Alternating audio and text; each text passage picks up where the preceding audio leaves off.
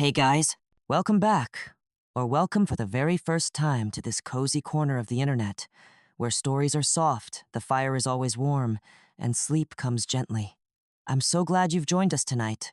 The story you're about to hear is called The Last Ember, and it's a gentle, epic tale of hope, survival, and the quiet bravery of one humble family during the brutal winter of 1316. When hunger swept across the land and darkness crept into every corner, the Bramblethorns found warmth in the most unexpected places, in the tiny footprints of mice, in shared stories, and eventually, in a flame passed from one home to another. This is a story of how a single ember became a thread of light, woven through an entire world.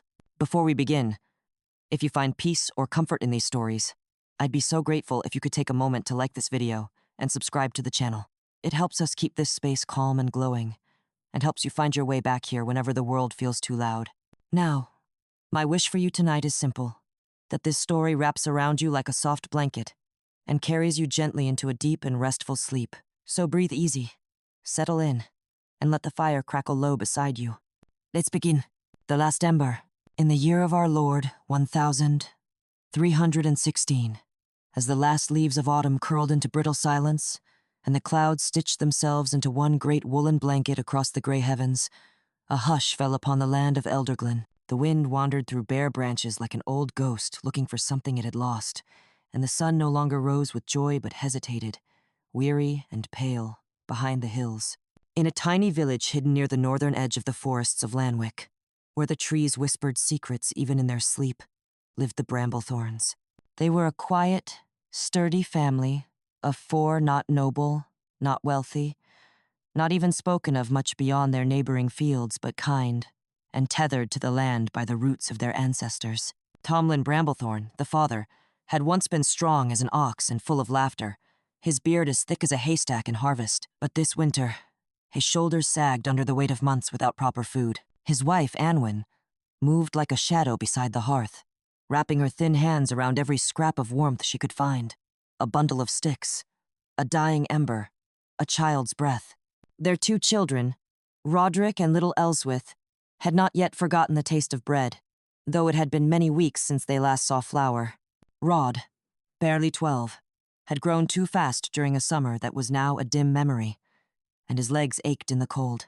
Elswith, only 5, still giggled in her sleep when she dreamed of honey, though her cheeks had grown hollow like walnut shells. The Bramblethorns' thatched cottage stood crooked but loyal, hunched against the wind like a grandfather shielding his kin. Its walls were patched with dried moss and cloth, its windows fogged with breath and prayer. Inside, the hearth still flickered at night, more hope than heat, and the family huddled close, wrapped in old wool and the comfort of stories. "We'll be all right," Tomlin would murmur, almost to himself.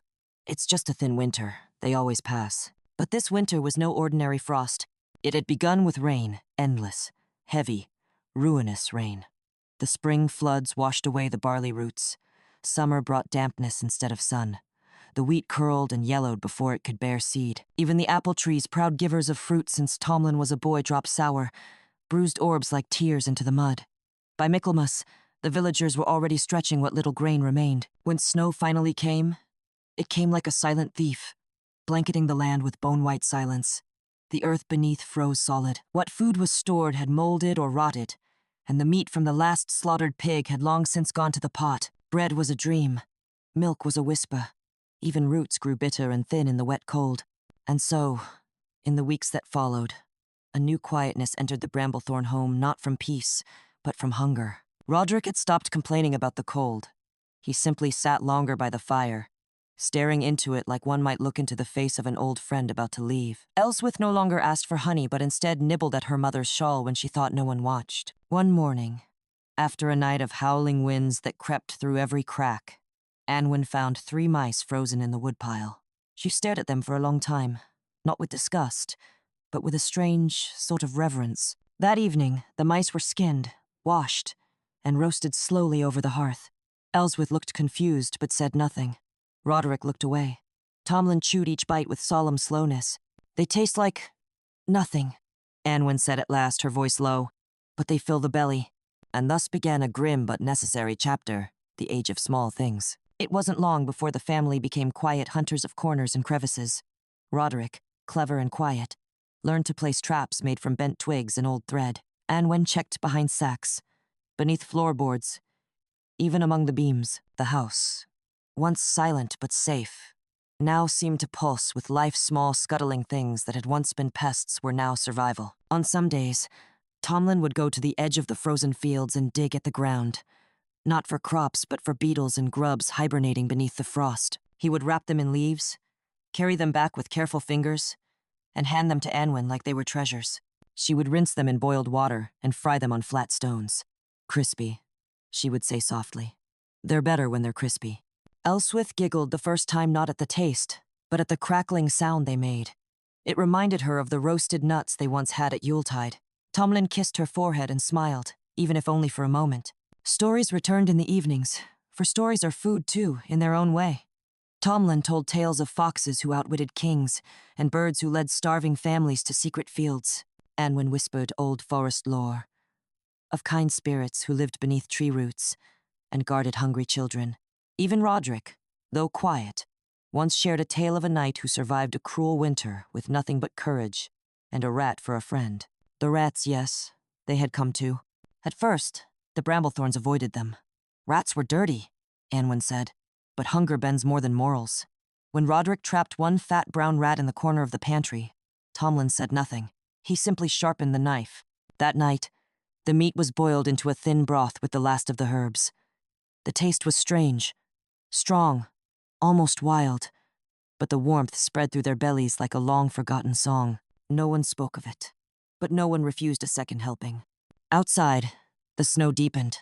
The sky seemed closer each day, like a lid being slowly placed over the world. But inside the Bramblethorn home, the flicker of the fire still danced, and the quiet sound of chewing of something, anything kept the silence at bay. For they had entered the whispering age not named for wind, nor for spirits, but for the way hunger spoke. Quietly, persistently, in the rumble of the belly, in the crackle of roasting bugs, in the tiny footsteps across the rafters, in the breathless thanks whispered before each bite, no matter how small. And in the house beneath the frost-heavy thatch, the Bramblethorns listened and lived. The days dragged like old boots through thick mud, and the cold grew sharper with every breath. Snow had now built up so high against the Bramblethorn cottage that the lower part of the window was completely covered, casting a dim gray light across the room, even at midday. It was hard to tell time anymore. The sun never truly rose, just shifted behind clouds like a shy child behind a curtain. Inside, time passed in sips of boiled water and shared glances. The family's voices had grown softer, their movements slower, but their spirits strangely began to settle into something like rhythm. Hunger was no longer a visitor. It had become a quiet roommate. Then came the night of the Mouse King's feast. It began with a rustle in the wall. Roderick was the first to notice a soft scuffling behind the timber beams, rhythmic and bold. Not a lone mouse, but many. He tapped Tomlin's arm in the dark and pointed. The father listened, then crept to the wall, placing his ear against the cold wood. His eyes flickered with something between curiosity and caution.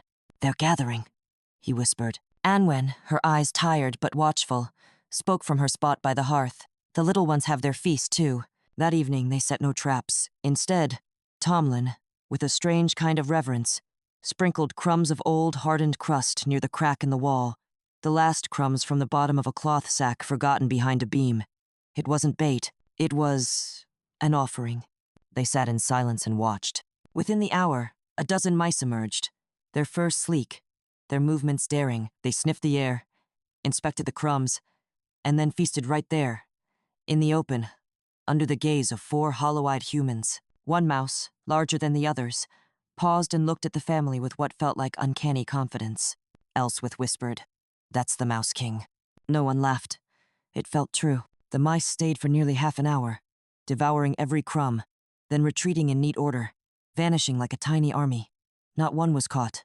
Not one was harmed. That night, there was no meat in the pot, only boiled nettle water and a few dried beetles. And yet, something strange stirred in the room. "It's like they knew," Anwen murmured, "that we were watching, that we were letting them eat. A trade, maybe," Tomlin added softly. "We fed them. Perhaps one day they'll lead us to food." Elswith's eyes were wide. "Do you think they have their own feast hall? With candles and songs?" Roderick chuckled quietly for the first time in many days. "Of course they do. Beneath the floorboards under the earth." The Mouse King sits on a throne made of walnut shells, wearing a crown of breadcrumbs, Anwen added, smiling faintly. And just like that, the story began, a tale woven not from grain or thread, but from hunger and imagination. Each evening, as the wind pressed against the cottage and frost crept down the inside of the walls, the Bramblethorns continued the tale of the Mouse King. He was brave, they said, and kind, and clever beyond belief. He rode a beetle into battle and kept peace among the Crawleys. His kingdom stretched from the cellar of Old Cratch's barn to the hollow beneath the church. He had married a field vole princess and ruled wisely. He stole cheese from rich lords and gave it to hungry families like theirs.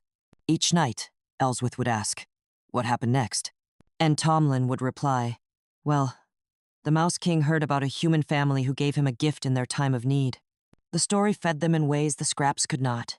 It gave them something to look forward to, a place to go in their minds, where there was warmth and food and hope. Even Roderick, who had become increasingly silent as the days grew colder, began carving a tiny mouse out of leftover wood. His hands were red and cracked, but the figure slowly took shape: pointed nose, long tail, standing upright like a knight. "He needs armor," Ellsworth said. "I'll make him a shield from the tin lid," Roderick replied. Outside, the snow deepened once more. The path to the road disappeared. No carts came, no neighbors visited. The world had shrunk to the size of their small frost-lined cottage. One afternoon, as the light turned from dull gray to darker gray, Anwen returned from checking the traps with an empty sack and a quiet sigh. She reached into her apron and pulled out only a handful of wriggling mealworms she had found beneath a damp plank in the shed. "That's it?" Tomlin asked gently. "That's it," she answered. They boiled them with wild herbs, sharp and bitter, and sipped the broth like it was a noble stew. Even Ellsworth did not flinch anymore. The hunger had taught them silence, and silence had taught them patience. But that night, as they sat around the hearth, Tomlin cleared his throat. "There's an old tale," he began, "from my grandfather's time. He said that when a winter goes too long and the land forgets the taste of warmth, the forest spirits will sometimes send a guide, an animal, a sign, a voice in the wind to help the worthy survive." "Are we worthy?" Ellsworth asked. Anwen tucked a strand of hair behind her daughter's ear. "We share what we have. We don't steal. We give thanks. That makes us worthy." "Then perhaps the Mouse King is our guide," said Roderick, holding up the carved figure. Its eyes caught the firelight just so, as if it smiled.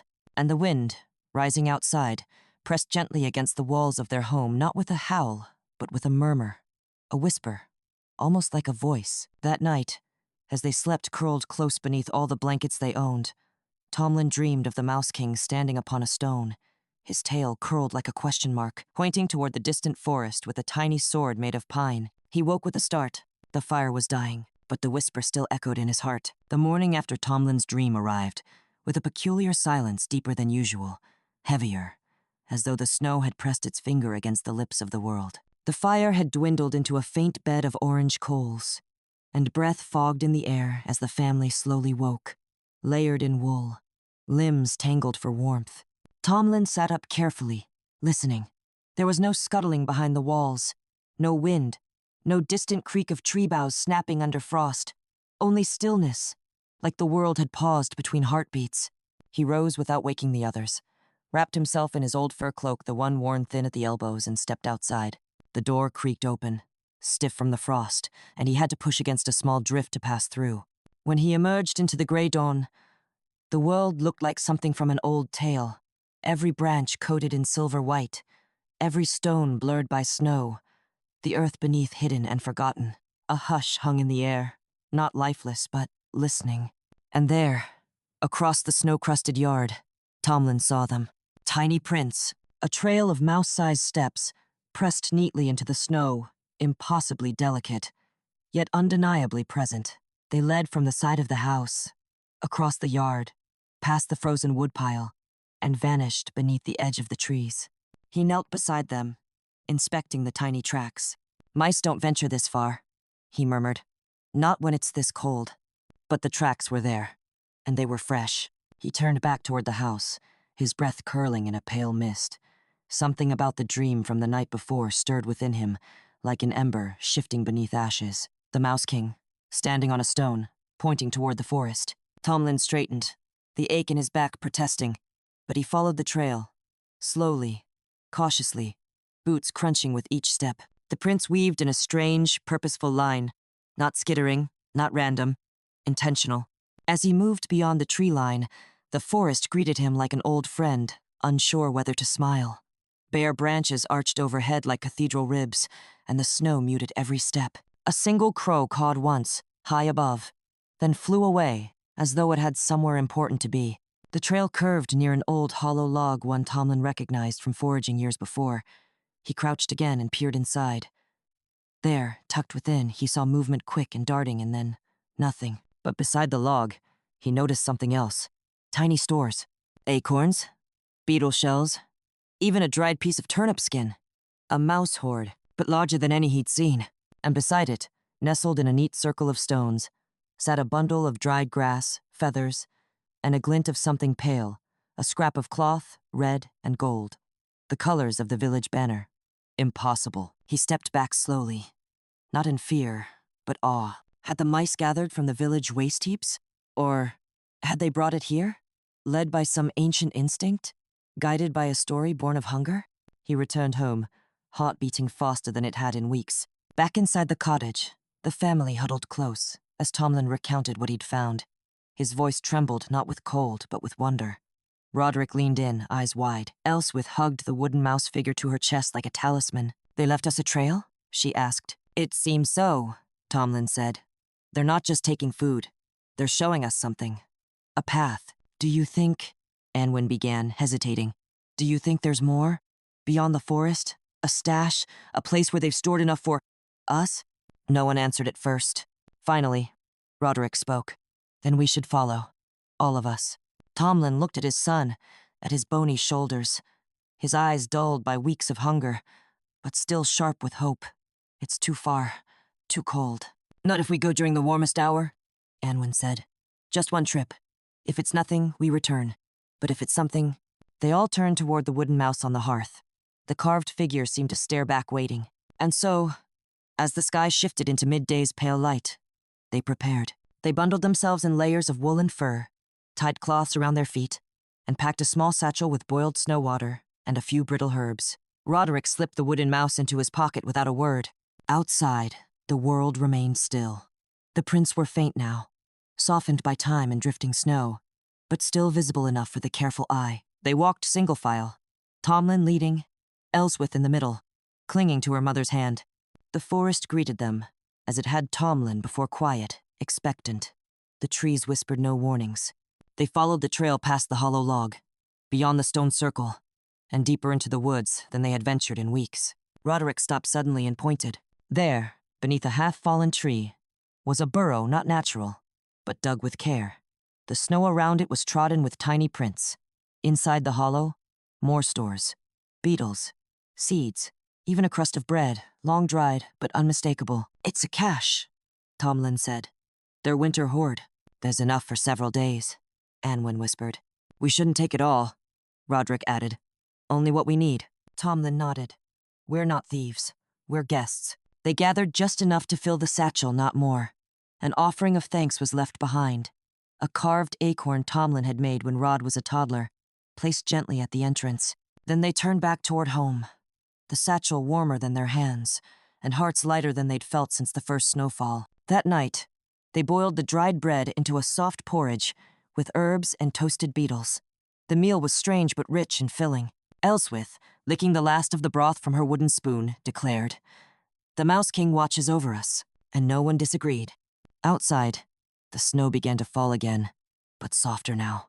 Not cruel, not sharp, like feathers, like dreams. Inside, the bramblethorn slept soundly for the first time in many nights, and the whisper of winter, always lingering, grew just a little quieter. 3 days passed since the discovery of the burrow beneath the fallen tree. The satchel of humble treasure, toasted beetles, shriveled seeds, and dry bread softened in broth stretched further than anyone expected. Each meal was small, but carefully divided. Even Elswith, though young, understood the sacredness of sharing. The family felt stronger. Not well, not whole, but steadier, like branches tested by the wind and found unbroken. Still, Tomlin watched the skies.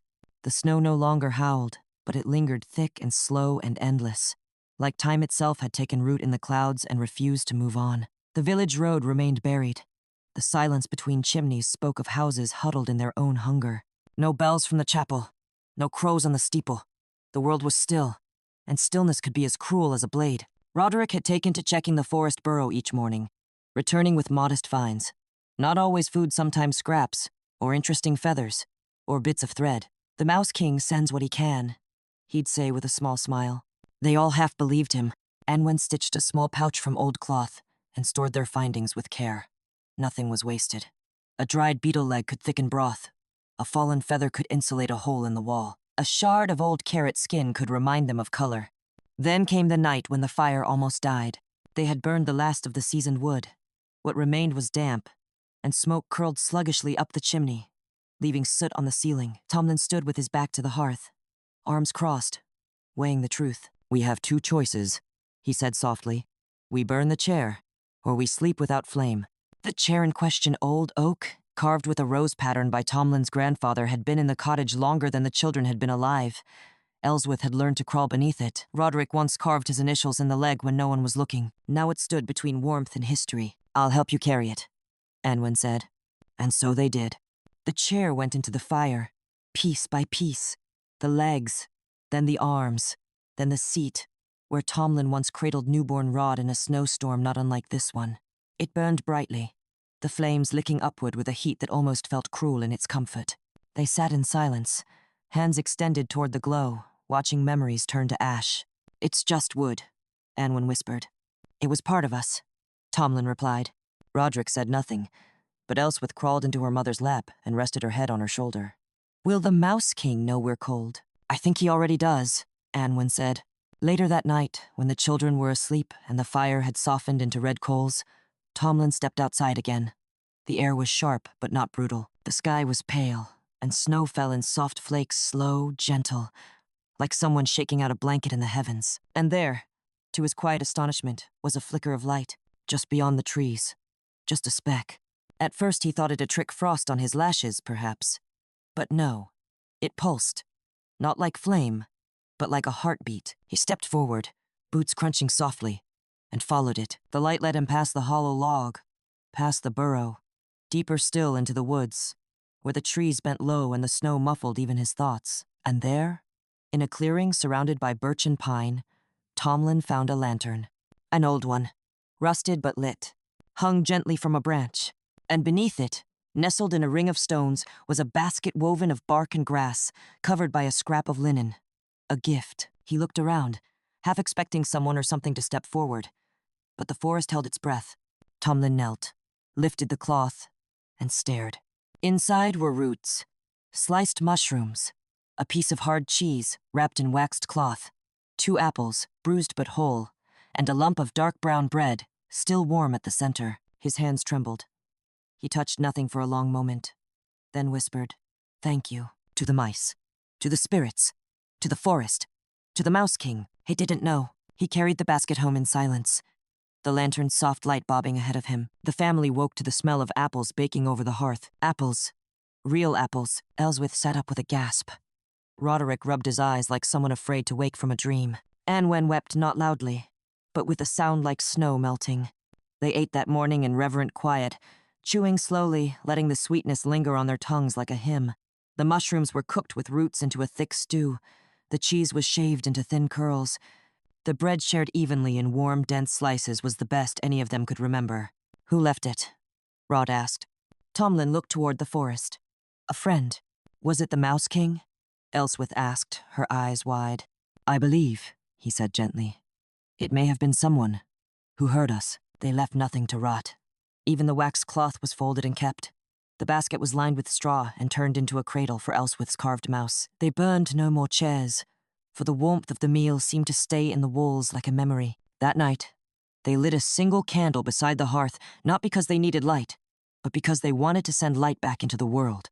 Anwen whispered a blessing into the dark. Roderick carved a second figure, a mouse holding a lantern. And Tomlin, for the first time in many weeks, allowed himself to close his eyes and dream without fear. Outside, the snow fell still, but in the clearing where the lantern had hung, a new trail of prints had appeared, not mice this time, but something larger, boots. And near the base of the tree, another basket waited. covered, waiting for morning. The whispering age was not over. But perhaps it had been heard. The basket found at the edge of the forest changed everything. It was no longer a matter of mere survival. It was a message. A quiet knock on the bramblethorn door from the outside world, whispered in the language of kindness. They didn't know who had left it, but the signs were clear. Someone had seen them, heard them, and chosen not to look away. The family's routine shifted gently, like snow melting into a new shape. Mornings were still cold, the hunger not entirely gone, but now the frost carried a breath of hope. Anwen's steps grew surer. Tomlin stood straighter. Roderick, once quiet and withdrawn, began checking the forest path before breakfast each day. And Elswith's sweet, bright-eyed Elswith began humming again. They didn't speak often of the stranger, but the idea of them hovered in every glance, every soft breath by the hearth. Were they a villager? A traveler? One of the forest folk from Anwen's stories? Or, truly, as Elswith insisted, a messenger from the Mouse King himself? Maybe he walks on two legs like Papa, she said, tracing the carved wooden mouse Roderick had gifted her. Then he's a noble one, Anwen replied with a half-smile, for he carries gifts in winter. Each day they left something in return, a carved wooden charm, a small woven pouch of dried herbs, a mouse-shaped figure made of pine cones and thread, always placed in the same spot, beneath the tree where the lantern had once swung, and each time something new appeared in return. Once, a bundle of dried mushrooms tied with string. Another time, a pouch of salt and a sprig of rosemary. Once, a single clean linen cloth, folded with such care that it brought tears to Anwen's eyes. Whoever the giver was, they were thoughtful, quiet, and watching. Then, on the 7th morning, Roderick saw the prince. He called to Tomlin from the doorway, voice taut with awe. "Papa! Someone's come." The snow that day was fresh, powdery, and untouched, and on its clean surface, leading from the deeper woods to the gifting tree, were a series of boot prints. Not many, just 2 lines, back and forth. Whoever it was had not approached the house directly, but had come close enough to leave their mark, to collect the little pouch of beetle shells the family had left, and to drop something new. A book. It wasn't large. Wrapped in oilcloth and tied with twine, its cover was worn and softened by age. On the first page, written in a fine, careful hand. For the quiet ones who still believe in stories. The family gathered around the hearth, eyes wide as Tomlin carefully turned the pages. It wasn't a holy text, nor a farmer's almanac. It was a storybook hand-bound and illustrated with simple ink drawings. Each tale spoke of survival, courage, and small wonders. A fox who outwitted winter. A girl who sewed sunlight into her shawl. A boy who followed birds through snow to a hidden valley of warmth. Elswith clutched her blanket and whispered, "It's for us." "It must be," said Anwen. "Who else needs stories more than we do now?" Each night, they read a tale aloud. Tomlin's voice, though rough from cold and hunger, carried warmth like firewood. Elswith curled beside Anwen, her head on her lap, while Roderick sat by the hearth, carving small tokens from leftover wood animals, leaves, and once, a little figure wearing a cloak and holding a book. On the 9th night, after they finished the tale of the Valley of Warmth, Roderick stood and said quietly, "I want to find him." "The storyteller?" asked Anwen. "The one who's leaving these," Roderick said. "He's out there, I know it." Tomlin didn't reply at first. He looked into the fire for a long while, then nodded. "Not yet, but soon, when the sun shifts." That was the first calling. Not a voice in the wind, not a dream or omen, but the slow rising of something in the heart, a pull, a whisper not of fear but of purpose. 3 mornings later, Tomlin rose before dawn and dressed in silence. He packed a satchel with boiled snow water, a strip of bark bread, and a length of twine. Roderick, already awake, waited with his cloak drawn tight. "You're sure?" Tomlin asked. Roderick nodded. "I can follow the tracks. I can move quiet." "You won't go far," his father said. "Follow only where the signs are clear. If you lose the trail, you come back. I promise." It wasn't the sort of permission that came lightly. In times like these, every footstep was a risk. But Tomlin had seen something steady in Roderick's eyes, a light, a quiet fire that no winter had put out. The boy was no longer just a child. Hunger had carved something else into him. Resolve. At the tree, the boot prints had appeared again, faint but fresh. Roderick bent low, studying them with care, then turned toward the deeper woods. He didn't look back. The forest swallowed him gently. The way it does with those it means no harm. He moved quietly, boots crunching only faintly, breath low and slow. The tracks twisted between trees, across a frozen stream, and through a hollow of bent pines. After nearly an hour, they stopped. Roderick stood still, heart pounding. Ahead, beyond a veil of low-hanging branches, he saw something, a figure. Cloaked, hooded, hunched beneath the weight of a pack. Kneeling, they were placing something at the base of a tree. A cloth-wrapped bundle and a candle in a clay dish. The candle was already lit. Roderick didn't move. He hardly breathed. The figure paused, turned slightly, as if sensing something, then rose. With slow, deliberate steps, they turned away and vanished deeper into the trees, not looking back. Roderick waited a long time before stepping forward. The bundle held dried fruit, 3 small eggs, and a paper-wrapped cake, the kind sold at the solstice market when times were good. The candle flickered beside it, protected by the soft dish, its flame steady in the cold. Roderick didn't take it all. He left the wooden figure he'd carved, the one holding the book, and whispered, "Thank you," to the empty woods. Then he turned homeward, his satchel heavier than his heart, and the first true warmth of hope pressing through the cold like a second sun. When Roderick returned through the trees, the light was slanting pale gold through the highest branches, a rare sight in a winter so deep and long. His cheeks were flushed red from cold and excitement, his satchel carefully tied. The moment he stepped into the clearing near home, Ellsworth spotted him and let out a cry. "His back, Roderick's back." The door flung open and Anwen stepped out, followed by Tomlin, both still wrapped in thick shawls. Roderick walked toward them without a word, his eyes bright, and placed the bundle on the table beside the hearth. 3 eggs, dried slices of plum, a small cake wrapped in waxed cloth, and a flickering candle, protected in its shallow clay dish. No one spoke for a long time. Then Anwen whispered, "They gave us light." It was the candle that struck them most, not for its warmth or light, but for what it meant. It had not been a leftover. It had been made. Someone had poured wax with care, shaped the wick, prepared a gift not for survival but for comfort. A flame just for them. That night, they didn't light the hearth at first. They sat close together, wrapped in wool in one another, watching the candle flicker in its small clay boat. It felt like sitting beside a secret star. Roderick told them everything: the trail, the trees, the figure cloaked and kneeling. He spoke softly, like describing a dream he didn't want to wake from. When he described leaving behind the wooden figure, Anwen reached for his hand. "That was good," she said. "That was right." Tomlin simply nodded, staring into the candle as though it held answers the world had forgotten. They saved the cake for the next morning, slicing it into the thinnest portions imaginable, sharing even the crumbs. The sweetness lit their tongues like sunlight, and for a moment, time rolled backward to autumn's past.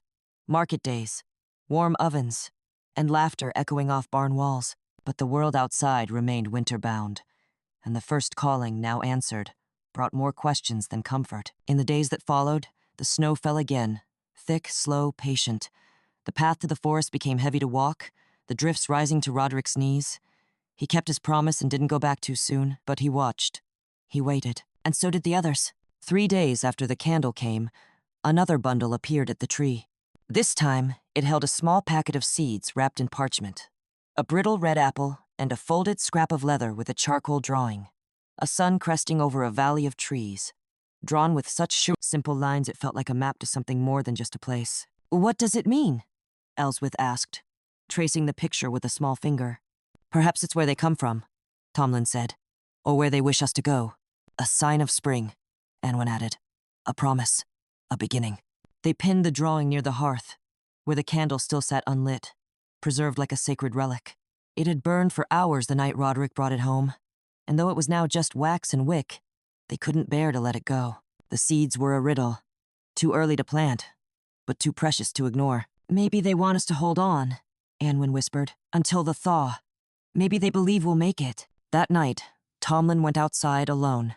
The air was bitter, stinging his skin, and the snow made soft cracking sounds underfoot. He walked toward the trees, stopping short of the forest's edge. He didn't call out, didn't expect an answer. He just stood there, holding a piece of cloth, the last scrap from his old winter tunic, long since worn to threads, and tied it gently to a low-hanging branch. A sign, a thank you, a flag of peace, and, perhaps, a message of his own. "We are still here." He stood there longer than he should have, his breath frosting in the air, until a single flake of snow landed on his glove, wide, crystalline, perfect. He stared at it as it melted, and then turned back toward home. The whisper had returned, not in sound, but in him. Inside, Anwen was waiting by the fire, threading old twine through a patch on Roderick's coat. She looked up when Tomlin entered and saw the look in his eyes, a quiet kindling. "You feel it too," she said. Tomlin nodded. "It's not just survival anymore. It's something else. A path. A pull." She set down the coat and stood. "Then we need to be ready. We can't wait until the world finds us. We must rise to meet it." The fire popped softly. In the corner, Ellsworth slept curled beneath 2 layers of wool, the wooden mouse in her arms. Roderick sat beside the hearth, sharpening the edge of a stick with a stone, carving a small sun at the tip. "Let's write them a letter," he said suddenly. Anwen tilted her head. "What would we write?" He looked down at the flickering coals. "That we see them, that we believe in what they're doing, that we are willing to follow, if they'll lead." They found a scrap of parchment, old, stained, but still writable, and with a bit of charcoal. Tomlin wrote, "To the one who walks ahead, we are the Bramblethorns. We see your gifts. We carry your light. If there is a road beyond this cold, show us. We will walk it with care. And thanks." Roderick added a drawing of the carved mouse, and Ellsworth insisted on signing with a tiny red thumbprint. The next morning, they left it in the dish where the candle had once stood, and they waited. That night, no new bundle came, nor the night after. But the third night, when the wind calmed and the moon rose full and yellow as butter, Tomlin opened the door and gasped. There, on the doorstep itself, not by the tree, but right at the threshold, stood a pair of boots. Empty, laced neatly, clean, as if never worn, and tucked inside one of them, a folded note. For a long moment, no one moved. The boots stood neatly on the snow-dusted threshold, perfectly upright, as if placed with quiet ceremony. They were not worn down or tattered, but sturdy, made of leather thick enough to weather the worst of storms. Their soles hand-stitched, their laces a deep forest green. They bore no crest, no mark of origin, only the silent message of intention. A gift. Tomlin stepped forward first, stooping low with gentle reverence. He lifted the folded note from inside the left boot, his hands careful, as though handling something holy. The parchment was new, the ink still dark. In the same graceful handwriting as the storybook's first page, it read, "Not all roads are found in spring. Some must be walked in snow. When the time comes, follow the mark of flame. You will not walk alone." He read it aloud. Slowly, carefully. Ellsworth clutched Anwen's arm. Roderick stared at the boots, eyes wide. "Do you think they're meant for you?" Anwen asked Tomlin quietly. He shook his head. "They're too small for me." He turned to Roderick. The boy looked surprised. "They're your size," Tomlin said. I couldn't." But Anwen was already beside the boots, pressing her palm to the sole. "They're meant for someone who will walk," she said. "Someone who will follow." There was no debate, only understanding. The gift was clear, as was the message. That night, the boots sat beside the hearth, drying slowly from their time in the snow, their leather releasing a warm, earthy scent into the room. The family didn't speak much, but their silence was full not of fear or hunger now, but of waiting, readiness. Something was shifting again, like the slow melt of ice in spring, even if the snow outside showed no sign of leaving. The next day, Roderick laced the boots for the first time. They fit perfectly. Soft inside, wrapped with fur at the edges, they gripped the snow with ease when he stepped outside to test them. The snow no longer swallowed his steps as it once did. The boots made him feel taller, stronger, braver somehow. That afternoon, Anwen found a hidden bundle behind the old woodpile, a woolen scarf, hand-knit in deep gray, and a pouch of dried meat sealed in waxed paper. Another offering. They were being prepared. That much was clear. But for what? That evening, Roderick sat by the hearth, boots polished and ready beside him. The drawing of the rising sun, pinned to the wall, flickered gently in the candlelight. He traced the lines with his eyes again and again, the curve of the trees, the suggestion of a path winding into the hills. Ellsworth crawled into his lap, laying her head against his chest. "Will you find them?" she asked. "I'll try," he whispered. "I think they want us to." "Do you think they're waiting?" He hesitated. "I think they're walking just ahead, and I need to catch up." The next morning dawned with the lightest snowfall they'd seen in weeks. A pale sun pushed weakly through thinning clouds, and the wind no longer shrieked, it only sighed. It felt like a beginning. Roderick, dressed in his thickest layers, wrapped the scarf tightly around his neck and tucked the pouch of meat into the satchel. Tomlin gave him the walking stick he had carved years ago, old ashwood, worn smooth at the handle, and Anwen pressed her fingers to his cheeks before kissing his forehead. "Don't just follow your eyes," she said. "Follow your knowing." Elswith clung to him fiercely for a moment, then placed the carved wooden mouse into his satchel without a word. Its tail had broken, but its painted eyes still gleamed. Roderick promised to return, and then he stepped into the snow. He walked with purpose, following no trail this time, only instinct to pull in his chest, a rhythm in his feet that seemed to echo words not yet spoken. Mark of flame. Not alone. For hours, he saw nothing unusual. The forest looked unchanged, bare trees, frozen ground, snowdrifts, and silence. But near a fork in the path, as the light began to slant amber with the closing day, he saw it. A mock, scorched into the bark of a birch tree. A simple symbol. A candle. Not burned hastily or roughly, but carefully, with curved edges and a small flame etched above the wick. He paused, breath visible in the air, heart quickening. It was a sign. He followed, and the deeper he went, the more signs he found every 100 paces or so. Another candle mark. Some small, some large, some accompanied by a piece of red thread tied to a branch, or a stone with a sun symbol painted in charcoal. Whoever was leaving them wasn't rushing. They were building a path, inviting him to follow. As twilight settled into the trees, Roderick reached a small glade. In its center stood a ring of stones not natural, but shaped, arranged with purpose. At the ring's heart, protected from the wind by a tall pine, burned a fire. A real fire, crackling softly, and beside it, a person, hooded, cloaked, sitting cross-legged on a folded blanket, feeding the fire one twig at a time. Roderick stepped forward, boots silent in the snow. The figure looked up slowly. Their face was partly hidden, but what showed was calm, weathered, but kind. Their eyes held the same stillness as the flame. Without speaking, they gestured to the space beside them. Roderick crossed the glade and sat. No words passed between them for many minutes. Just the fire, crackling, the scent of smoke, the sound of trees sighing in the wind. Finally, the figure reached into their cloak and pulled out a pouch from it. They handed Roderick a piece of dried apple. "You walked far," the stranger said, voice low and even. "I followed the flames," Roderick replied. "And so the road begins." The apple slice was sweet, impossibly so. It tasted of summer, of sunlit orchards and warm breezes, the kind of memory that didn't belong in a snow-wrapped forest. Roderick chewed slowly, eyes fixed on the fire, waiting. The stranger didn't rush. He added another branch to the flames, his movements precise and calm, like someone who had known hunger and cold and learned to endure them both. "Where are you from?" Roderick asked at last. The stranger looked into the fire rather than answer directly. "Far. Not in miles, but in winters." Roderick frowned. "What does that mean?" "It means I've seen many seasons turn. I've watched fields drown in rain and dry in sun. I've walked where roads disappear and found warmth where none should be." The answer wasn't clear, but Roderick didn't press. There was something about this man, an aura, like the forest bowed slightly around him. Not magical, but significant. "Why did you leave food for us?" Roderick asked. The stranger finally looked at him. His face was lean, eyes deep-set and gray like river stones, but not cold. "Because you shared your last crust with mice. Because your fire never dimmed, even when your bellies did. Because some families, even when forgotten, still shine." Roderick blinked. He hadn't known anyone was watching. "You saw all that?" "I see more than most," the stranger replied. "But mostly, I listen." "And your home whispered loudly." They sat in silence again. The fire cracked. Somewhere in the distance, an owl called once and fell silent. "There are others like you," the stranger said at last.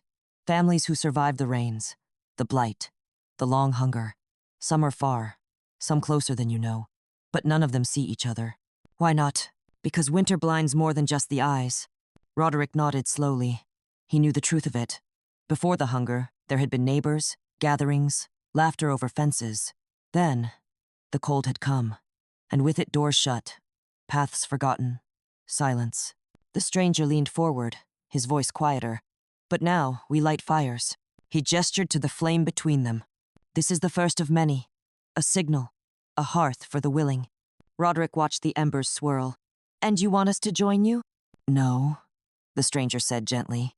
"I want you to lead." The words settled like snow on Roderick's shoulders. He stared at the man, heart pounding. "Me?" "You followed the signs. You didn't take more than you needed. You left gifts. You came not to beg, but to offer." But I'm just a boy, the man finished for him. A boy who carved mice when the world starved, who walked through snow to find not safety but meaning. Roderick felt something shift in his chest. Not pride, not even fear. Just weight the good kind, like a coat worn by someone ready to walk further. What would I do? He asked. The stranger reached into his cloak again and pulled out a bundle wrapped in gray cloth. Inside was a roll of parchment, a small pouch of seeds, and a folded piece of linen hand-stitched with the same sun symbol they'd seen before. You will return home, the stranger said. And when the thaw begins, you will walk to the next hearth. You will carry stories, seeds, fire, and wherever you stop, you will build another flame. A village? Roderick asked. A net, the man said. Of hope, threaded through the cold. The fire crackled louder, a sudden gust of wind lifting sparks into the dark. You won't be alone, the man added. Others are waking. Others are remembering that survival is not enough. Roderick looked down at the pouch of seeds in his hand. They were smooth and dark, full of potential. Do I tell my family? Everything, the stranger said. You will need them. He stood, stretching tall and slow. Keep the fire burning until you're called again. Roderick rose too, unsure what to say. Will I see you again? The stranger smiled, the lines on his face deepening. Only if your fire grows too small. And with that, he turned, melted into the trees, and was gone. Roderick returned home just after dawn. His boots, now dusted with ash and frost, no longer felt heavy. In his satchel, the suncloth, the seeds, and the parchment which turned out to be a carefully drawn map, showing not roads but rivers, glades, and marked symbols of flame. He was met at the door by Elswith, eyes puffy from sleep, and Anwen, who looked behind him quickly, as if expecting someone taller, older, cloaked. No one followed, he said. But they'll come. One day. He unrolled the map across the table. Tomlin's breath caught. This isn't just about us, Roderick said. This is about everyone who's still holding on. They passed the pouch of seeds between them, fingers trembling with awe. How do we know when to begin? Anwen asked. Roderick smiled and pulled from his coat the sun-stitched cloth. When the thaw comes, we carry this, and others will know. That night, they lit both fires, the hearth and the candle. Together, their lights flickered in rhythm, casting a glow that felt larger than the room itself. Roderick sat quietly, carving a new figure, not a mouse this time, but a boy holding a torch. Elswith hummed the melody of a summer tune, soft and slow. Anwen began to sort the seeds by shape and color, and Tomlin, staring into the flame, whispered something too quiet to hear a prayer, a promise, or maybe just a thank you. Outside, the snow softened, the clouds shifted, and somewhere in the distance, another fire flickered to life. Winter did not end with a bang, nor even a whisper, but with a long and aching breath. The snow did not vanish overnight. It simply stopped falling. The clouds thinned, reluctant to leave, and for the first time in months, the wind no longer screamed through the trees. It sighed, and the bramble thorns, wrapped in layers and leaning close to the hearth, began to hear things long forgotten. The slow drip of thawing eaves, the shift of frozen soil beneath the house, and somewhere beyond the trees, the echo of distant water, no longer locked in ice. The turning of the season had begun, not with color, not with warmth, but with movement. It was Roderick who noticed it first. Out behind the cottage, where the snow had thinned near the base of the stones, the ground had begun to darken, not from wetness alone, but from stirring. The earth was softening. What had been frozen solid just a week before now shifted underfoot, like something deep below had begun to stretch after a long, cold slumber. He knelt in the melting slush, scraping aside wet leaves and brittle pine needles, until his fingers met something pale. A sprout, green, alive. He stared at it, awestruck.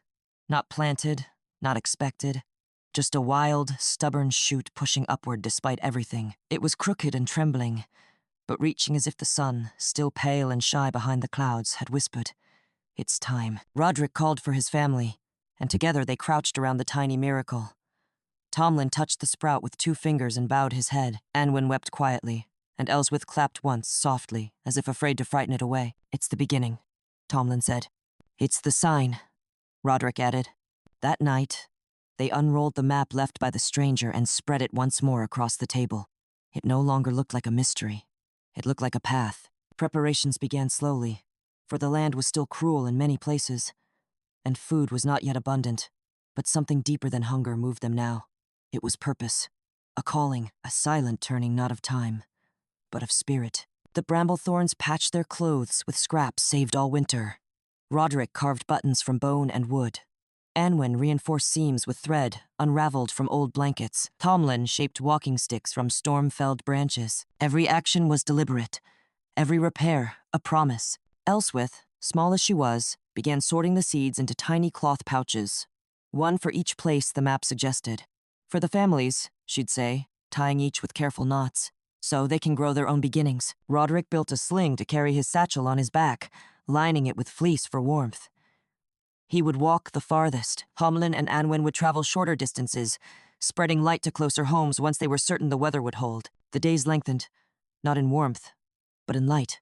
And with that light came the thaw. Not everywhere, not fully, but enough. On the 7th morning of March, when frost still rimmed the windows but the door no longer stuck shut with ice, they saw it. Smoke from another chimney. Just one, barely visible beyond the tree line. A neighbor they hadn't seen since the rains. The Carter family, likely. They hadn't dared knock on any doors all winter, no one had. But now, as the smoke rose, thin and tentative, it felt like a flare. They're still there, Tomlin said softly. And they've lit their fire, Anwen added. It's time, Roderick said. He set out before noon, boots steady, scarf wrapped tight, carrying the map, the seeds, and the carved boy with the torch. The sun blinked shyly through bare branches, and though the air still bit at his fingers, it no longer numbed them. The forest was waking not in song, but in small shifts. Snow slipping from limbs, water running under old ice, birds calling once and then thinking better of it. He walked until the chimney smoke came into view. The Carter home was a low cottage, smaller than their own, with shutters that had sagged under snow. But someone had cleared the door. A path had been stomped, and in the window, a flicker of orange light moved like a heartbeat. Roderick didn't knock. He waited. A minute passed, then another, and then the door opened. Marta Carter stood in the threshold, wrapped in a tattered shawl, eyes sunken but alert. She stared at him for a long time, not quite believing. Roderick Bramblethorn, she said, voice hoarse. He nodded. I came with something. From someone who helped us. From all of us. He unrolled the map, showed her the seed pouches, the suncloth, the figure of the torchbearer. She didn't cry. Not like his mother. Marta was sharper, harder, but her lips trembled, and she stepped aside. Come in, she said. You're the first we've seen. That evening, Roderick returned to the cottage. Lighter somehow. Not just from the emptied satchel, but from knowing the fire had spread. The Carters had taken the seeds, promised to pass the story on, promised to listen for the next family, and to share when they could. When he stepped inside, the hearth was glowing, the room warm with the scent of something cooking, the last dried mushroom, stretched with wild onion and broth. They took it? Anwen asked. He nodded. Elswith ran forward with another seed pouch. You'll need more, she said. He ruffled her hair. Yes, we will. And they all understood. This was no longer a tale of survival. It was the beginning of a journey that would weave from home to home, voice to voice, fire to fire, not loud, not grand but steady. A turning, silent but strong. By mid-March, the forest had shed its silence. Not completely. Not in song or color, those would come later, but in sound. The crunch of thawing leaves beneath boots, the trickle of meltwater weaving through the roots of trees, and the snap of branches nudged by restless birds. The world had not yet bloomed, but it had stirred, and with it, stirred the bramblethorns. Roderick now left the cottage every other day, each time walking a different direction along the lines marked on the stranger's map. The boots he'd been gifted had molded perfectly to his stride. The scarf still carried the faint scent of smoke and pine. His satchel, always half full with seed pouches, bits of cloth, and carved tokens, had become more than a bag. It was a vessel of hope, passed from hand to hand, trail to trail. He had visited 5 homes now. The Carters, the Melwins, the Gaunts, the widow Bessie in her crooked cottage, and the Rivers family, who had lost their roof in the rain and now huddled under patched tarps. In each place, he spoke little but listened deeply. He told them of the fire in the forest, the stranger who gave gifts without name or debt, the candle left burning at their door. He showed the map and the sun-stitched cloth, and he left behind one pouch of seeds and a carved flame. Always a carved flame. The families received him with disbelief at first, then wonder, and finally gratitude. It was not just the seeds or the gifts, but the message. You are not alone. The cold is not forever. Your light is seen. At home, the Bramblethorns became a quiet center for what Anwen had begun calling the thread. A thread not of wool or yarn, but of trust binding strangers together with each gift, each word, each act of care. Each evening, they sat by the hearth, sorting through what little they had gathered. More seeds from travelers passing by, an extra coil of twine, dried mint from the widow Bessie. Once, a boy from the Gaunt family brought a small spool of copper wire, saying, "Da says you'll know what to do with it." Anwen smiled and tucked it away, not knowing yet, but trusting that she would. Elswith, young as she was, had taken it upon herself to manage the drawings. Every family visited was sketched in charcoal on old scraps portraits done with a 5-year-old's earnest hand. Next to each face, she drew a tiny flame. "These are our fire keepers," she said solemnly, "so we never forget who's warm now." She tacked them along the cottage wall, and they fluttered when the door opened like banners in a castle. One afternoon, as the wind turned warmer and snow became a thin crust over soft mud, Tomlin gathered Roderick and pointed to the western edge of the map. "There's a village just beyond the ridge," he said. "Mill Hollow. Haven't heard a word from them since the flood took the bridge last spring." "I'll go," Roderick replied without hesitation. Tomlin hesitated.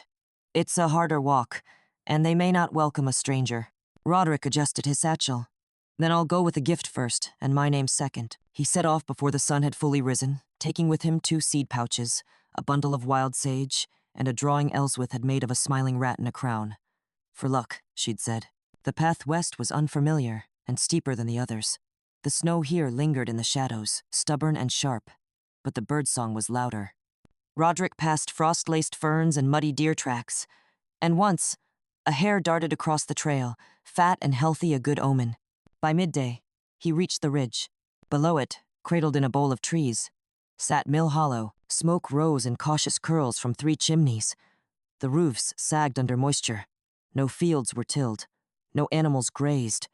But it was alive. He approached slowly, hands visible, the satchel front-facing. It was a child who saw him first, a girl of perhaps 8, barefoot despite the chill, with a smudge of soot on her cheek and a stick in one hand like a sword. "Who are you?" she asked. Not afraid, just curious. "I'm Roderick Bramblethorn," he replied. "I've come to share fire." Her brow furrowed. "We've got a fire. It's small, but it works." He smiled. "Then I've come to share another kind." At that, a door creaked open, and a tall woman stepped out, wrapped in a shawl patched at the edges. She did not smile, but she did not close the door. Roderick bowed, slow and respectful. "I've come from the east," he said, "from families who survived the flood and the cold. We're building something. Quietly, a thread of warmth." He pulled out the suncloth and unrolled the map, letting the edges stretch on a nearby bench. The woman looked at it, her arms crossed, then slowly stepped forward. "This path," she said, pointing. "It runs past the old stone marker. I remember that." Roderick nodded. "The thread passes there too." She turned to the girl. "Fetch your uncle." Within an hour, Roderick was seated near a hearth smaller than his own, sipping hot broth thickened with nettles and dried mushroom. Around him sat 6 people 3 generations listening, as he described the stranger, the seeds, the stories passed between homes. He handed them a flame carving and one of Elswith's drawings, the eldest among them, a man with snow-white hair and deep lines beneath his eyes, stared at the carving long after the others spoke. "We once had a man here," he said slowly, "long before the rains. He said that peace is not silence, but the sound of kind things repeated." He placed the carving on the mantel and turned to Roderick. "We'll listen, and we'll pass it on." By the time Roderick left Mill Hollow, the wind had changed again. It no longer stung. It kissed. The mud beneath his boots no longer sucked with hunger, but yielded with softness. The forest had begun to bloom. When he reached the ridge, he looked back and saw 5 plumes of smoke, now not 3. He smiled. The thread was holding. The days grew longer. It didn't happen all at once. There were no great revelations, no horns of spring announcing triumph over winter, but light crept further into the corners of the cottage, reaching places that had been shadowed for months. The sun rose earlier and stayed a little longer, as if lingering to check on the earth it had neglected, and the soil began to change. Darkened by months of rot and rain, it softened, loosened, breathed again. Under the Bramblethorn cottage's low eaves, Anwen began tending a patch of earth no wider than a cloak. She turned it with care, her fingers red from cold, her knuckles dry and split, but her movements were steady. Elswith watched her each morning. She didn't speak, didn't hum. She just sat with her arms wrapped around her knees, watching the quiet miracle of her mother coaxing life from sleep. On the 5th day, Anwen pressed the first of the gifted seeds into the soil. Roderick knelt beside her. "Do you think they'll grow?" She smiled without looking up. "I know they will." That same afternoon, a visitor arrived, the first to knock on the Bramblethorn door since the beginning of the rains, nearly a year before. It was Marta Carter, cheeks red from wind and walking, with her oldest son at her side. Her hands held a small bundle of dried herbs and a folded letter. "They've begun," she said simply. The letter came from the Melwyn family, passed hand to hand by families now linked in the thread. Inside were short messages. "We've cleared the southern trail." A pot of beans sprouted on the river's windowsill. A hawk circled overhead for 5 minutes straight. "We took it as a blessing. We are still here." Anwen pressed the paper to her chest. Tomlin offered tea brewed from pine needles and dried mint, and they sat together around the fire not as hosts and guests, but as members of a widening circle. Marta, who had once said little beyond what was needed to survive, spoke with quiet urgency now. "We should meet. All of us. Not just stories passed, but faces seen, hands shaken." "Where?" Tomlin asked. "There's a place," Marta said. "Old Briar Hollow, where the festival used to be. The clearing still stands. No one's used it since the floods." Anwen nodded. "Then we'll bring the fire there." Word spread faster than Roderick expected. By now, more than a dozen families had been reached, some only a short walk away, others many miles out, past old mills and quiet streams. The thread had stretched far. Each one had added their mark to the map, a flame symbol drawn in ink or charcoal, a family name, sometimes just an initial. Others had sent tokens in return: pressed flowers, slivers of dried fish, a painted stone, even a baby's handprint in soot. They chose the date of the gathering carefully. The first day the sun crossed directly overhead, when the trees would wear a touch of green and the ground would no longer suck at boots. They called it simply the Day of Fire. In the days leading up to it, the Bramblethorn household became a haven of preparation. Roderick carved more flame tokens than he could count. Anwen stitched strips of suncloth into banners. Tomlin shaved walking sticks and repaired soles for travelers. Elswith, in her quiet way, drew portraits not just of their family now, but of the others. Imagined likenesses of Marta Carter's youngest son, of Widow Bessie's cat, of the Gaunt twins chasing fireflies. She had never met them all, but she drew them anyway, because she believed in their warmth. The morning of the Day of Fire dawned clear and golden. It was the kind of day that felt impossible after such a long winter. The sky was blue without apology, the birds loud in the treetops, and the wind carried the scent of thawed moss and distant blossoms. It felt as if the world had remembered itself. The Bramblethorns dressed in their best, not fine clothes, for they had none, but clothes that had been mended with love. Roderick wore the scarf the stranger had given him, and Elswith tied a yellow ribbon around her wrist. They carried nothing heavy, only gifts and hope. The walk to Briar Hollow took nearly an hour through forest and field. The trail wound past familiar markers: the hollow log where mice once hid, the bent pine Roderick had used to orient his early walks, the tree where Tomlin had left a piece of old cloth tied like a flag. And then, the hollow opened before them, wide, green, waiting, and they were not alone. By midday, more than 20 families had arrived. Some came with carts, others on foot. Children ran laughing in boots too big, chasing one another between tree stumps. Women embraced as if waking from the same dream. Men clasped hands, nodding with eyes that had once looked down but now looked forward. At the center of the clearing stood a great circle of stones, and within it already lit a fire. Not a large one, but warm. The Bramblethorns approached, and Tomlin reached into his satchel to add a log. Others followed suit, until the flame grew tall and strong, crackling like laughter returned. No speeches were given, no prayers announced, just a shared silence, broken only when Elswith stepped forward, tugged gently at her brother's sleeve and whispered, "Tell them." So Roderick stood awkward, at first, but then taller. He held up the carved torchbearer and spoke, his voice low and steady. "This is the flame we followed when the cold was longest. It found us. We passed it. Now it's yours." He looked around the circle. "Keep it lit." And they did. One by one, families stepped forward, adding a token, a branch, a word. Children sang. Someone passed around nettle tea and wild berry jam. An old man played a whistle. The fire burned, and as night crept in, it didn't dim, it danced. As dusk settled over Briar Hollow, the fire in the stone ring blazed with quiet majesty. It wasn't just heat that radiated from the flame, but something older, deeper, a sense of shared survival, of unspoken kinship forged in winter's long shadow. Roderick stood at the edge of the firelight, watching. The flame flickered across dozens of faces. Some he recognized from his travels, others only from Ellsworth's careful charcoal portraits. And yet, they all felt known. Everyone had walked through the same cold. Everyone had waited for the same thaw. And now, everyone was here. Children sat in small circles, trading carved tokens and handmade dolls. Some compared suncloths like sacred relics, pointing out the stitches they had added themselves. A few older boys helped dig a shallow pit nearby, lining it with stones to hold the overflow of embers, while Marta Carter passed around roasted tubers wrapped in cloth. Near the center, Anwen and Tomlin spoke with a couple from a distant hamlet, exchanging seeds and stories. Tomlin had given away his last carved flame, but the man, a broad-shouldered millwright named Harvin, offered a brass button from his coat in return. "It came from my mother's traveling jacket," Harvin said. "She wore it when she fled the floods.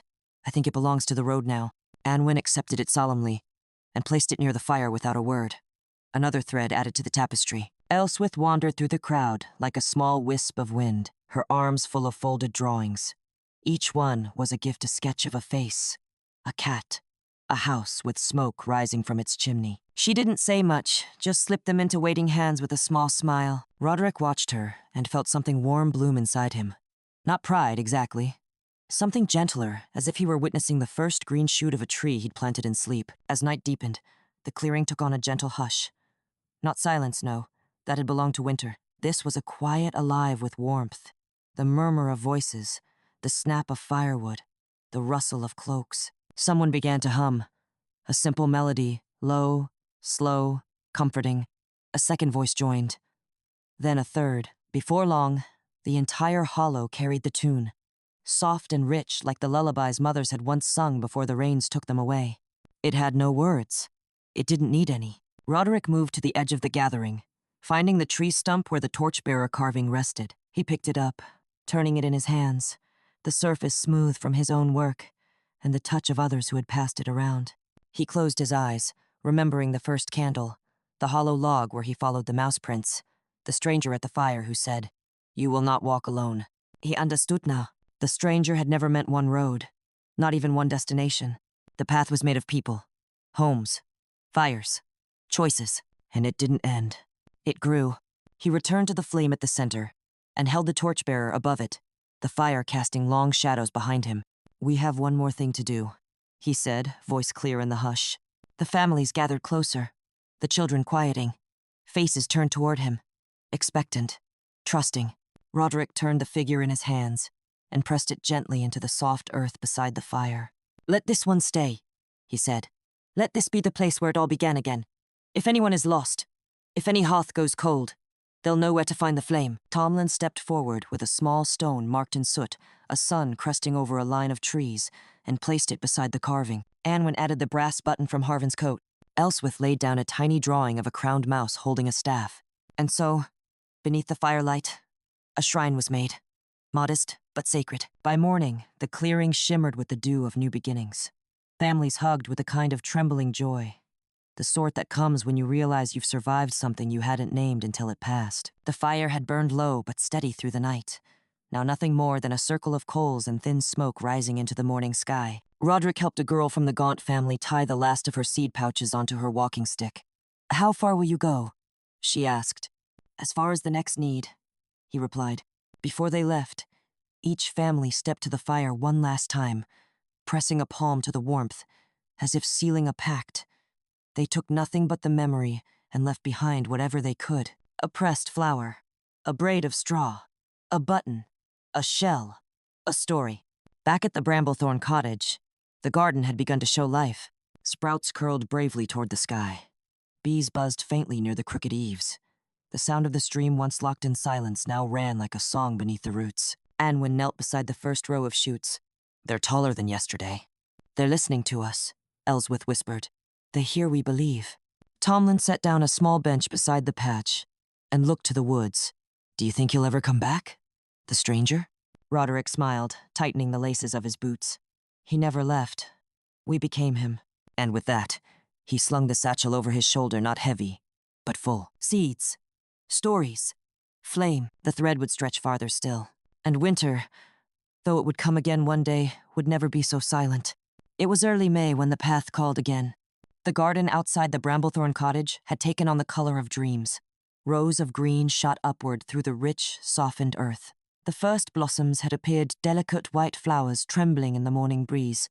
Petals like folded paper promises. Bees hummed between them, content and busy. And the stream beside the grove sang louder now, tumbling over stone and moss as though eager to tell its story to the sun. Inside the cottage, light pooled against the wooden floor. The walls, once hung with frost and silence, now bore Ellsworth's newest drawings, scenes of joy. A woman gathering berries, a boy lifting a torch, a circle of hands holding seeds. Each picture fluttered slightly in the window's draught, alive in its own way. It was during breakfast, as they shared a modest bowl of barley porridge, that the knock came. 3 slow taps. Then silence. Tomlin opened the door, expecting another neighbor, another message in the growing net of firekeepers. But no familiar face stood there, only a bundle, wrapped in soft gray cloth, bound with twine, resting gently on the step, and beside it a single stone, etched once more with the symbol of the sun. Roderick was the first to speak. They've returned. He stepped forward and lifted the bundle with care. It was heavier than expected. Inside, wrapped in layers of linen and moss, were 6 glass jars, small, clean, and filled with golden liquid. Honey, Anwen whispered, eyes wide. Real honey. At the bottom of the bundle lay a single folded page, unmarked, except for one symbol drawn in ink at the top. A candle with flame now surrounded by a ring of stars. A sign.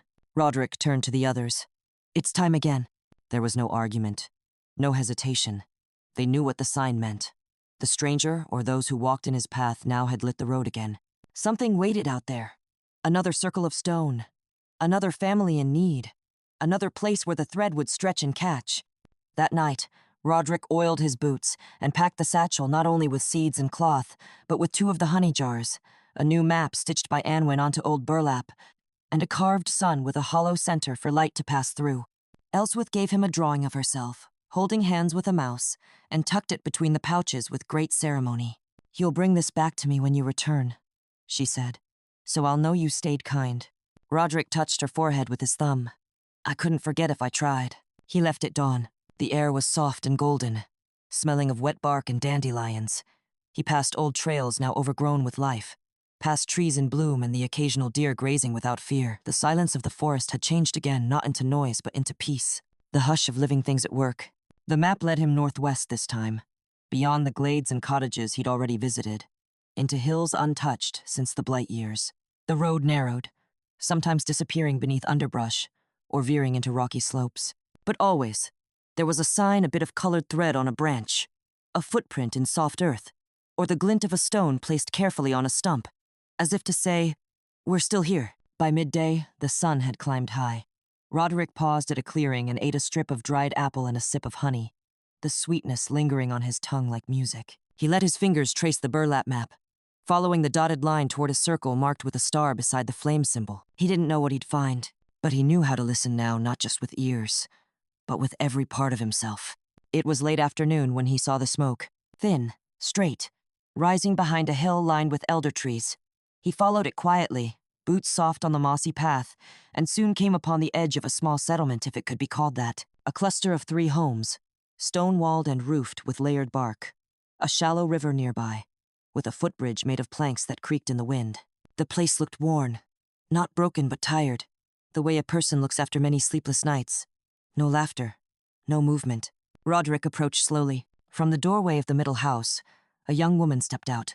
She held a child in one arm, her face guarded but not afraid. Behind her, a man appeared older, limping, with a cloth wrapped around one hand. Roderick raised his empty palms. My name is Roderick Bramblethorn. I come from the east. I bring gifts if you'll let me. The woman said nothing at first. Then the child reached out, pointing at the satchel. Torch boy, he said softly. She blinked. What? The figure, the man added. By the bridge. Roderick turned. Near the bridge post, Wedged between stone and root stood one of the same torchbearer carvings, weathered, moss-covered, but unmistakable. "I carved those," Roderick said, his voice thick with wonder. "We left them wherever the fire touched." The woman stepped aside. "Then you should come in." The family's name was Yarrow. They had not left their valley since the rains cut off by floods, forgotten in the chaos. The stranger had found them in early winter, left them seed and salt, a flask of warming oil, and a map of stars. They had held on, just barely. Their food had run dry weeks ago.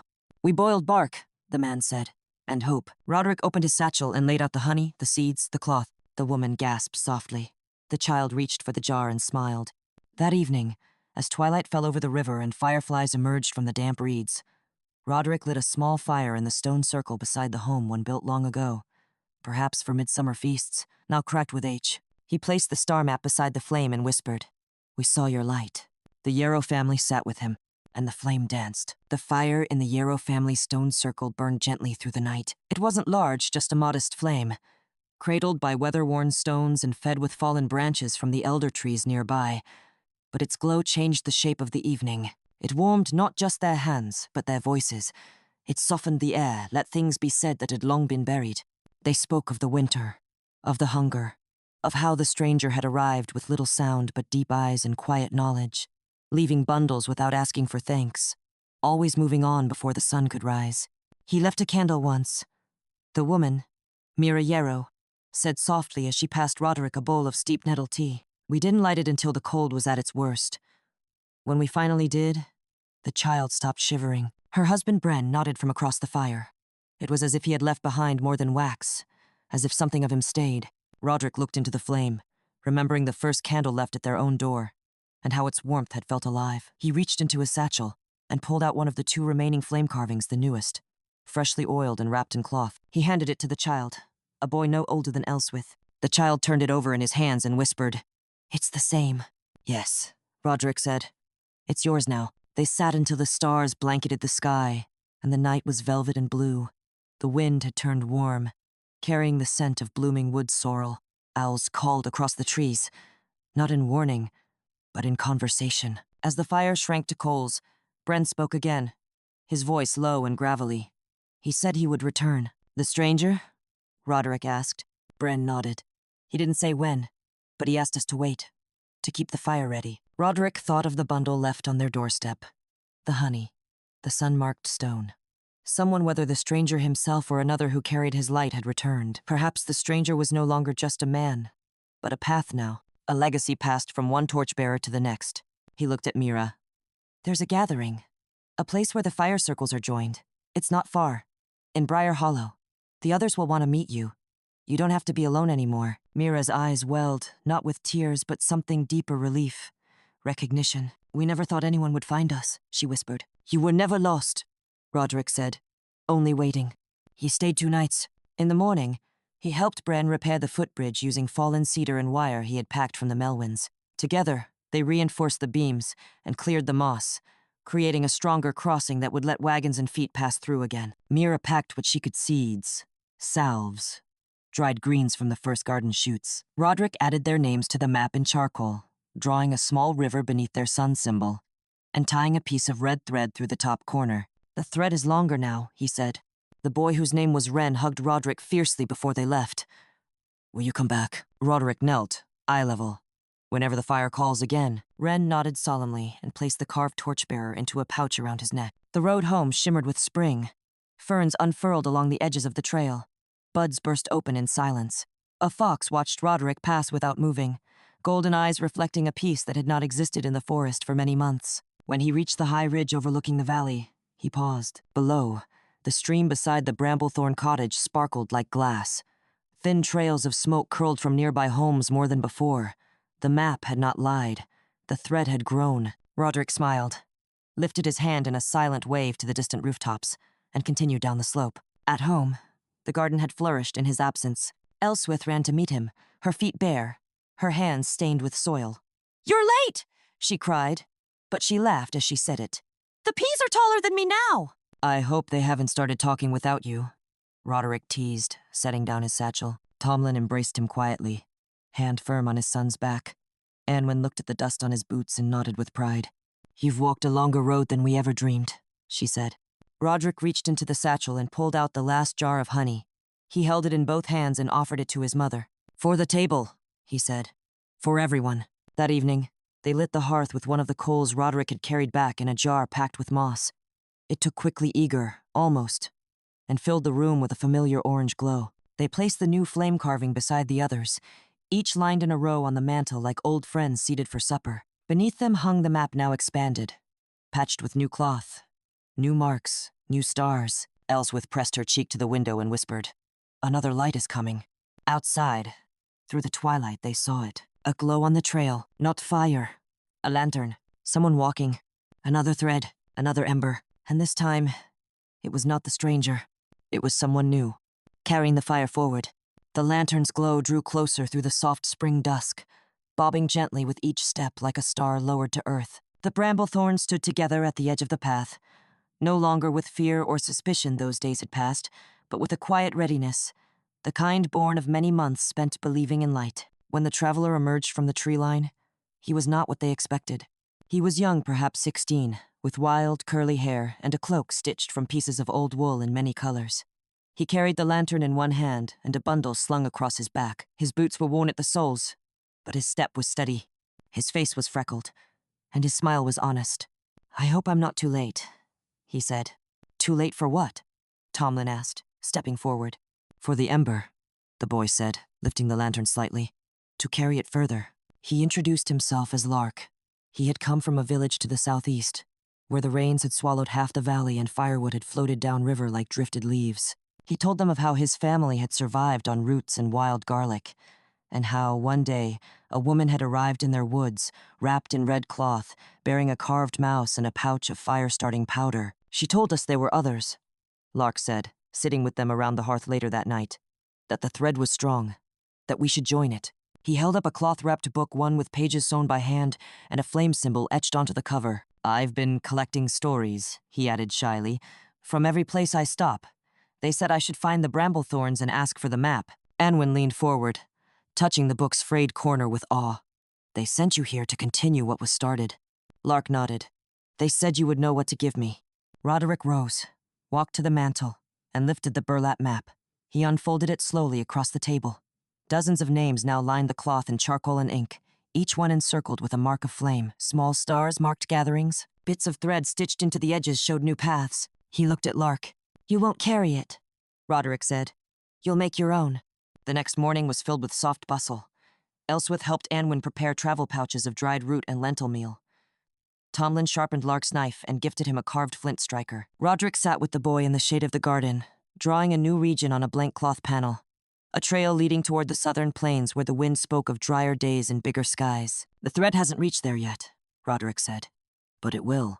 Lark nodded eagerly, fingers tracing the path even before it was stitched.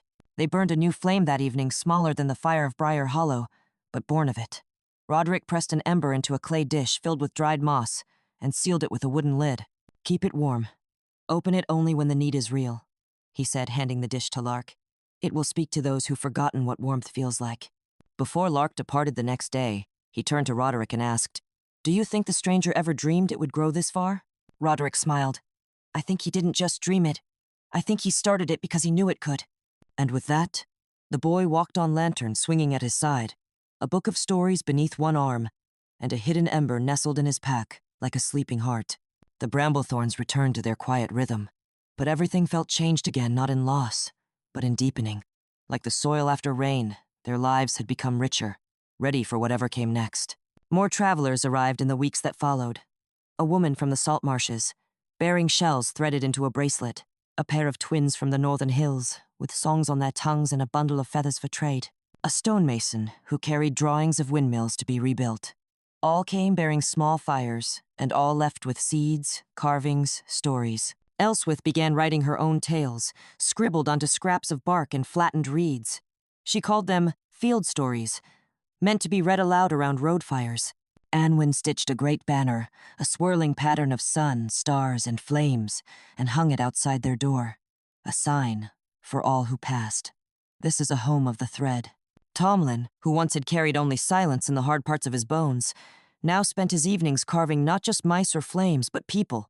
little likenesses of those who had visited, a growing gallery of the movement they had sparked, and Roderick, who had once followed mouse prints in the snow with a hollow stomach and a heart full of wondering now, began preparing for a longer journey. The map no longer ended at the edge of their region. A new cloth was ready, blank except for one corner, stitched with the flame and a single line of thread stretching outward into the unknown. He wasn't leaving because he was restless. He was leaving because the fire was no longer a burden to carry. It was a gift meant to be shared endlessly. Before he departed, he stood at the garden edge with Elswith, watching bees circle the blooming peas. "Will you miss me?" he asked. She didn't answer at first. Then she reached into her pocket and pulled out one of her drawings. Him, with a pack, walking into the sun. "I already do," she whispered. He hugged her tight and left it at that. On the day of his departure, the entire village gathered in the clearing where the first great fire had been lit. They passed him food, thread, cloth, and charms for the road. One man, weeping quietly, pressed a tiny book of pressed flowers into Roderick's palm and said, "For beauty, even where none should grow." As Roderick crossed the ridge and the valley fell behind him, he didn't look back. He looked forward toward the rising road, where the next ember waited to be lit. Beyond the ridge, the land opened like a breath held all winter and finally released. The trees grew farther apart, and the sky stretched wide and blue above fields just beginning to blush with green. Roderick walked steadily, the satchel resting against his back, its weight no longer burden, but rhythm each footstep a beat in the song the thread had become. He did not follow a road. There were none. Instead, he moved by instinct, following wind and light, letting the sun guide him in the morning and the stars whisper to him at night. The stranger had once told him, "Not all roads are found in spring. Some must be walked in snow." Now Roderick knew the truth of it. The road was not stone or soil. It was people. It was story. It was the fire carried within. Each night, he lit a small flame using the striker Tomlin had given him. Sometimes he was alone. Sometimes he wasn't. In one village, he met a weaver who'd sewn patches into the clothes of every child who passed through, each stitch a prayer. In another, a boy with no family offered Roderick a flute made of elder reed. "So, the flame can sing when you're tired." In the hills beyond, he met two women who had kept bees through frost and hunger, guarding them like royalty. They gave him wax and honey, for the hearths yet unlit. He carried all of it forward, not just the items, but the gestures. And everywhere he went, he added a mark to his new map, stitched by hand with golden thread. A sun, a name, a note. Eventually, he reached the southern valleys, where the grass grew taller, the rains gentler, and the wind spoke of other lands beyond hills yet to be crossed.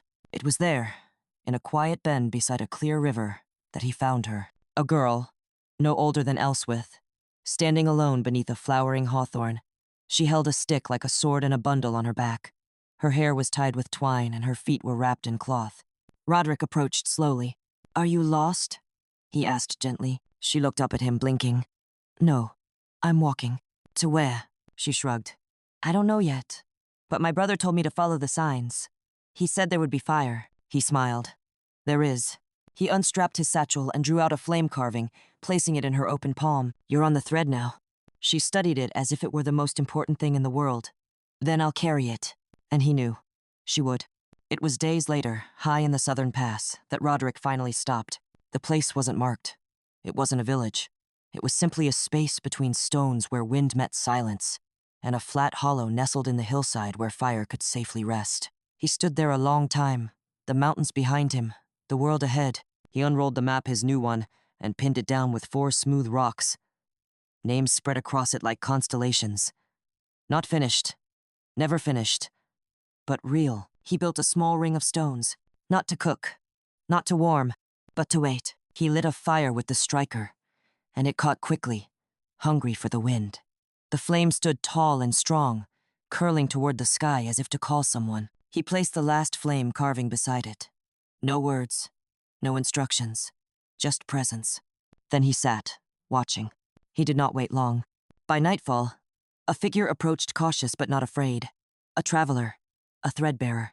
In her hand was a jar of seeds, and around her neck, a sun-carved pendant. Roderick smiled and rose to greet her. "I was told there'd be fire," she said. "There always is," he replied. "If we keep it." They sat together in the firelight and shared what little they had: honey, roots, memory. They did not speak of survival, but of what came after.